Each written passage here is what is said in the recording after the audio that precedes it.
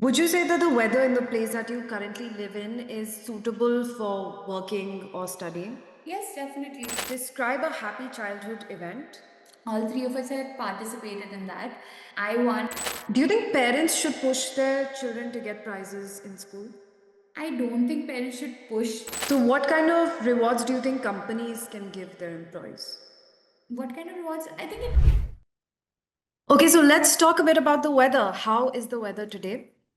So I'm currently in a place where the weather is really nice. It's been raining almost for the past 1 week, and the winds are, it's actually really amazing. It's kind of like the weather that you need to sit on a cozy nook in your house and have coffee and read a book. It's that kind of a weather. So, is there any type of weather that you really don't like? Yeah, actually, I don't really like summers because it gets really hot and sticky and very sweaty, and that's not really my type of thing. So yeah, I usually don't generally go out in summers. Okay, what is the general climate like in your country? So I'm from India. We have varying type of climates, but it's mostly tropical. We have extreme cold and some extreme winters and summers here, with the weather being a bit more, how do I say, moderate when you go towards the south of the country.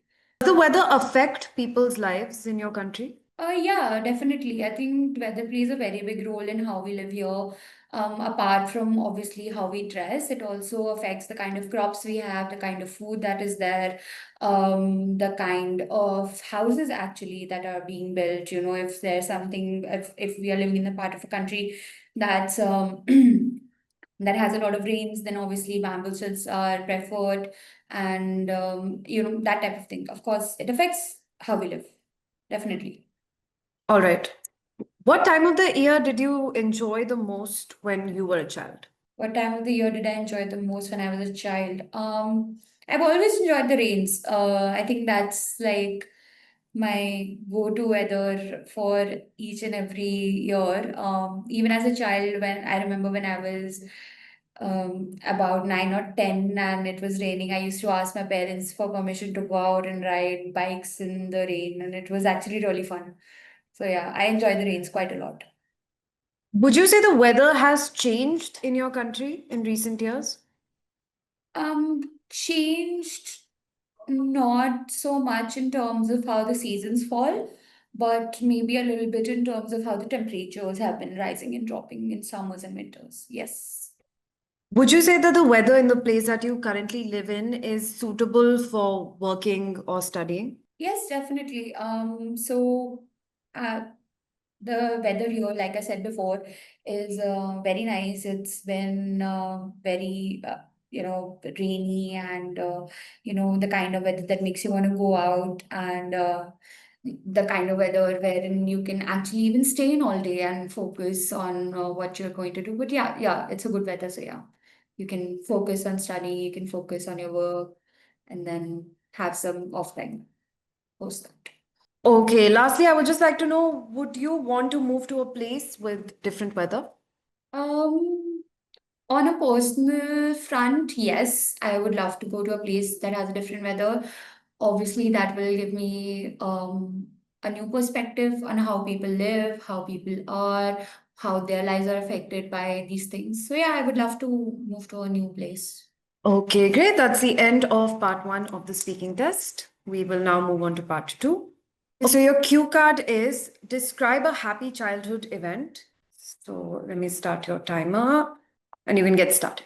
Right. So, a happy childhood event. I would say it would probably be when I was around 6 or 7 years old. So at the time, my cousin, my aunt's younger child, he was living with us at that moment, and they had shifted to the US. And me, my sibling, and my cousin, we were all in the same school together. Um, so I remember there was this fancy dress event, and all three of us had participated in that. And at that time, we had this like competition going on as to who would win, and I won, and they like both of them together came second. And yeah, so like I remember that quite vividly because one I won, so that.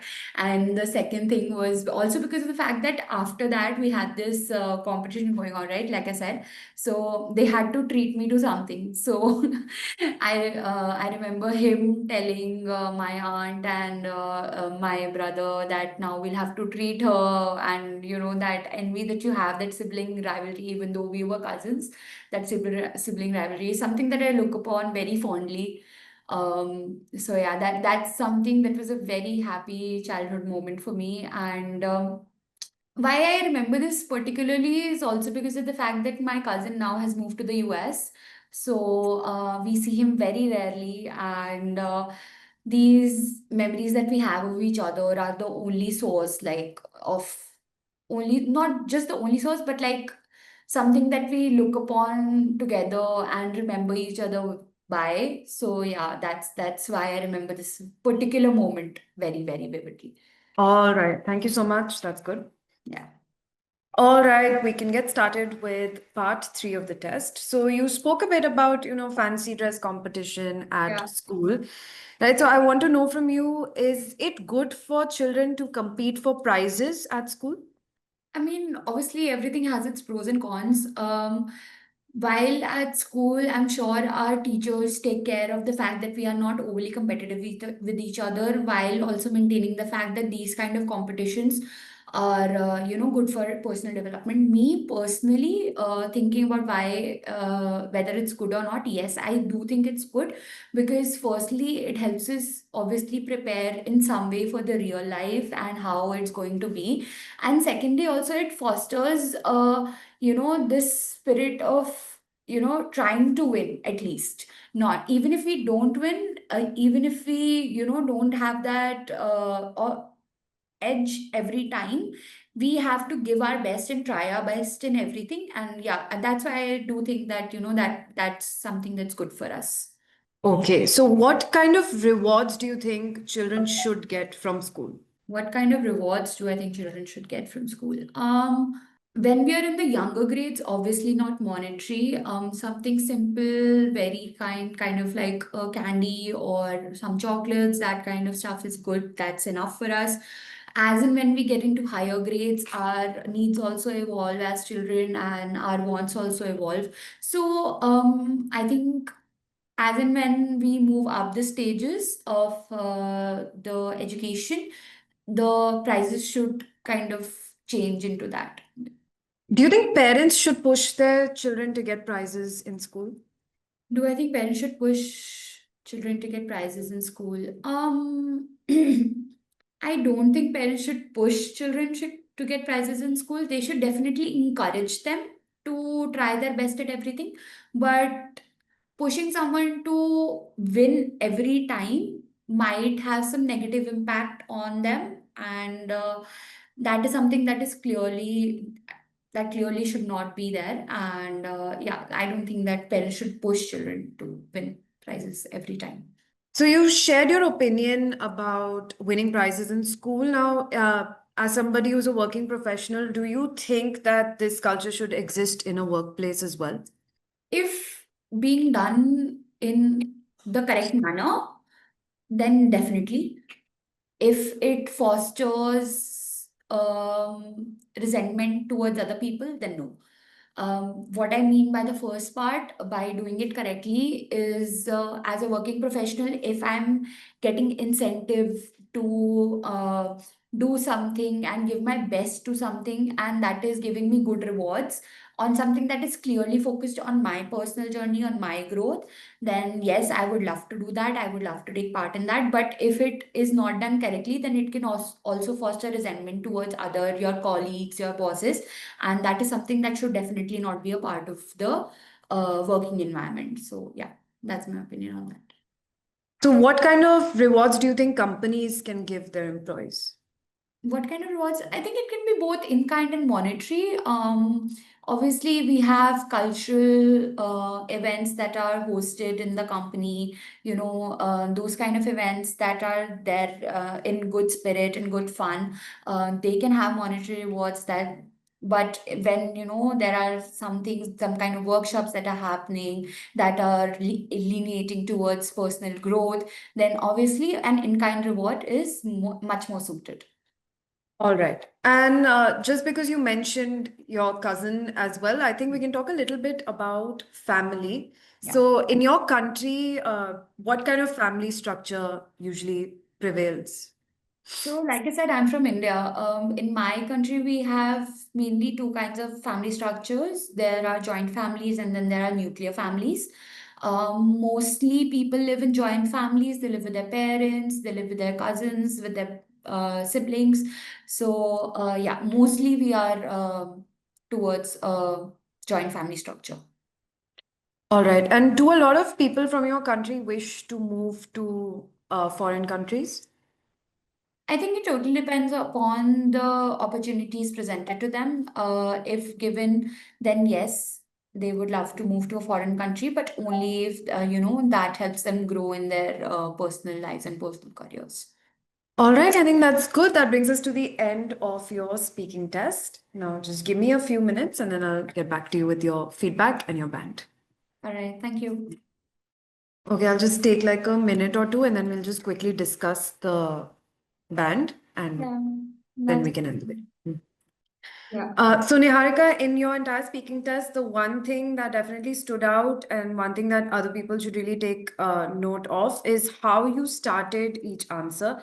I think you had very accurate, perfect starters. A lot of times you also, I mean, one or two times you also repeated the question when you were thinking of what to say, which is a great way to actually answer a question, especially a question that requires you to critically think about something. It's a very natural way of just thinking and pondering, which was done, executed perfectly by you. Also, you actually directly answered each question. A lot of times we have so much to say that we just tend to miss out on the actual point of the question, which is to say yes, no, or it depends.